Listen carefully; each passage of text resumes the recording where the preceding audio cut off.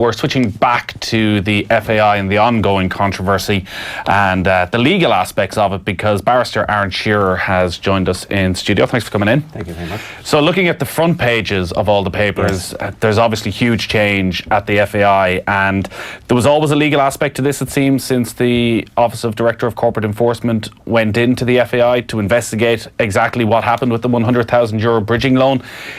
The ante seems to have been upped quite a bit yesterday, with Deloitte filing a notice to the Companies Registration Office on Monday over breaches of the Companies Act on the grounds that accounts weren't kept properly at the FAI. Yes. Just how serious is this?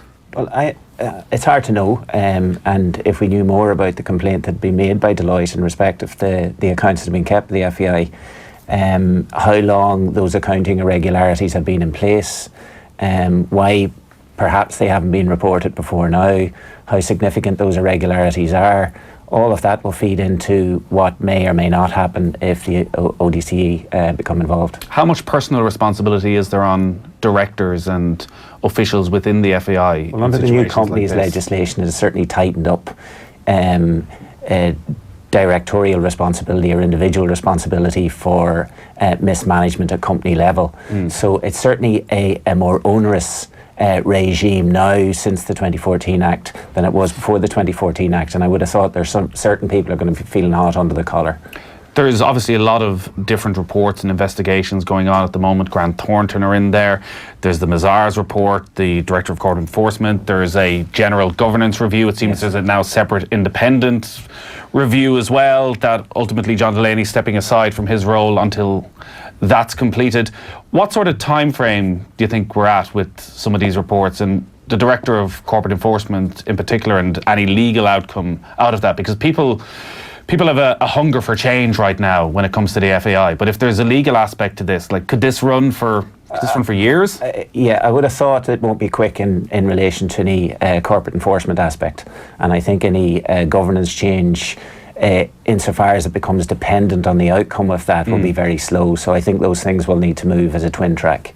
Well, that's what I was going to ask. If some of these reports and investigations end up taking a year, 18 months, is it going to be difficult for Sport Ireland to force through change at board level? Well, I think it could be difficult in two separate ways. It was a point that was made on primetime last night by Fintan Drury.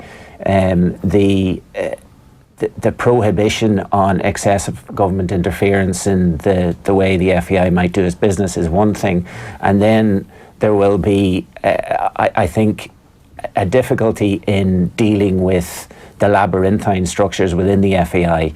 I mean, a perusal of the Constitution last night didn't leave me a whole load the wiser in terms of how we're going to be able to move forward in terms of reforming those structures.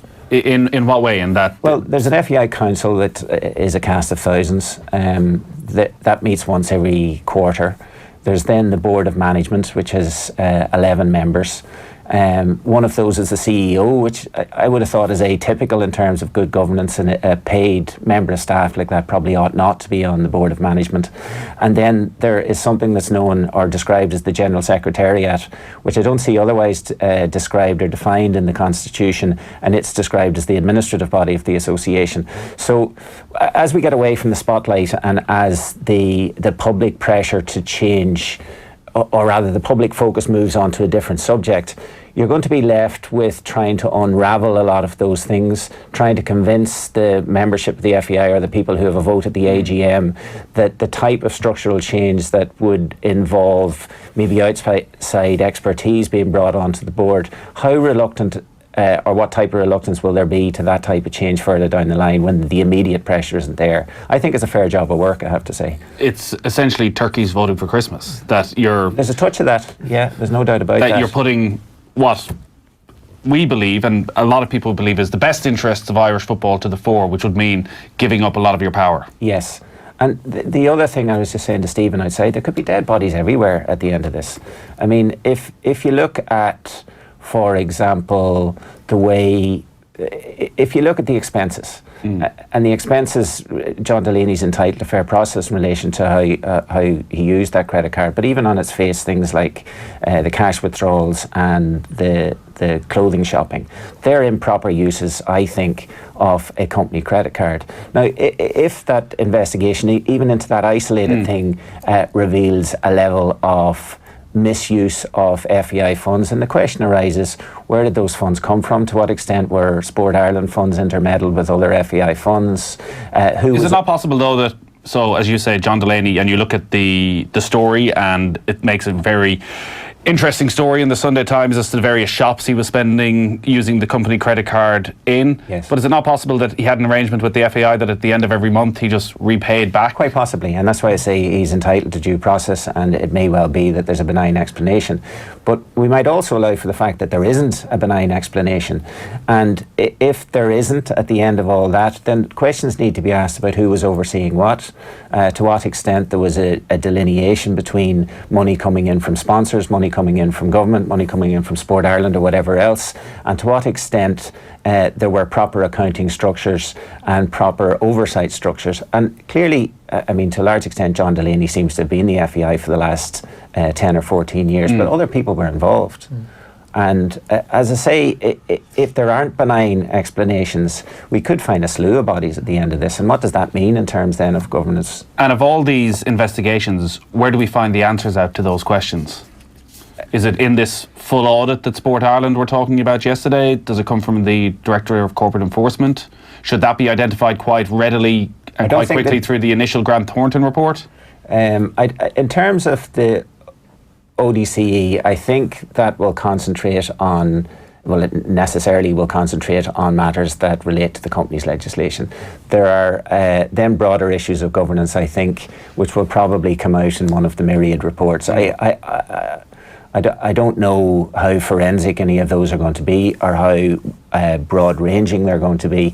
But as I say, the more you delve into it, the more questions may be asked rather than answered. Should there be a direct, when the money from Sport Ireland, say for instance, should there be a link of where that's directly gone to? Should you see that? I think that's just be muddled up. I think that's a very obvious first question, just from my experience with the GPA, for example, and the government funding in respect of player grants, that's a required line item in the GPA accounts. There's an oversight committee in relation to the way that money is spent, and to ensure that player grants go out to players and who they go out to, and whether there's any money left over at the end of it, how that is accounted for. Now, has that level of oversight been present in relation to any of the Sport Ireland funding here? And if it hasn't, why not? And whose responsibility if there hasn't been that level of oversight? So from a GPA point of view, was that ring-fenced? The money that was paid into was that a separate account? So the money went in. It wasn't a separate account as far as I'm aware, but there were very specific. It was known who was going to every. Yes. And there's different amounts. If you're getting an All-Ireland final, there's a certain amount, but it brackets all the way down. But everybody's getting an amount. But there wasn't an opportunity, or I guess if it was same accounts, technically you could have, that if the GPA found itself on hard times, all of a sudden you could dip into that money and repay it at a later date? That's subject to confirmation. I don't believe it was a separate account in respect of those particular monies, but I think the point is very well made. Why should it not be? If there's a specific purpose, for example, for government money, why is there not an account that shows that money going into the account and then line items in terms of where that money is spent? Yeah, it's pretty easy. And I guess we look at the FAI with 24 bank accounts, and there's no reason why they couldn't have had separate bank accounts. Although they clearly had one that was in excess of 1.5 million, is that right? Is that the overdraft limit? The overdraft, you said, that's what. So there's an awful lot going on in that account. And I'd say some of them accounts were opened maybe possibly for something like that. Look, we'll put it in here into this account. We'll open up a new, like 24 bank accounts. So we'll open up a new one and then we'll give it out here. But I'd say it became so desperate at the end that they were just transferring money from. Well, it was clearly and you look at even some of the timelines of when money is paid in. Keeping on top of FAI accounts is clearly a huge job for the finance department, because money's coming in at different times of the year from UEFA. Clubs require money at different times of the year. The cash flow, it seems, was always an issue. Now, I don't think anyone thought it was ever as grave as their answer to Sport Ireland yesterday, that literally they had looked through their 24 bank accounts. They needed this €100,000 from John Delaney because the money had run out. Gone, yeah. Where to next then? Because, as I say, people's thoughts on where football in Ireland could go, I think, have changed dramatically over the last week. Yeah. We've had many conversations over the years of ideal scenarios of getting, should say, qualified people into the right roles, but it all seemed sort of pie in the sky because of the board structure that had been there in the FAI. Niall Quinn's talking about a change of name, maybe a change of structure, following in the lines of the Olympic Council of Ireland. From what you've been reading then, does that seem an incredibly difficult task? Yeah. Like, could you wind down the FAI? Well, I think it will be a difficult task. It's funny, my views on this have migrated a little bit over the course of the last 24 and 48 hours, in that I initially thought what we were left with here was such governance carnage that it was going to be something of a greenfield site in terms of reform. But I suspect as you get further and further into this, the problems with that governance reform will become more and more manifest. And it may not be that easy, would be my initial view. So my current view. The next CEO, and Niall Quinn's name is obviously thrown out there, but there's other people like Porrick Smith, who's been working over in America, Peter Sherrard, who's involved with the Olympic Council, who's the former communications director with the FAI.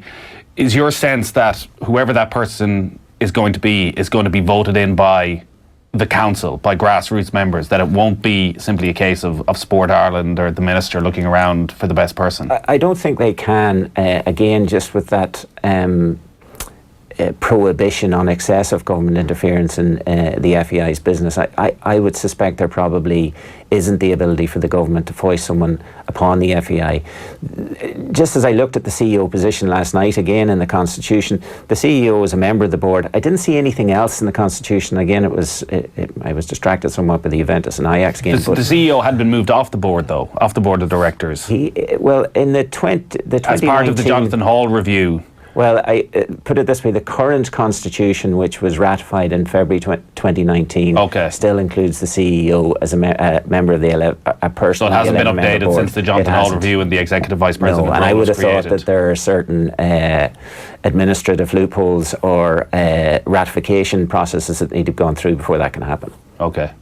All right. I think we're going to talk about this a lot more over the coming weeks. Thanks a lot for coming to the studio, Aaron. No problem.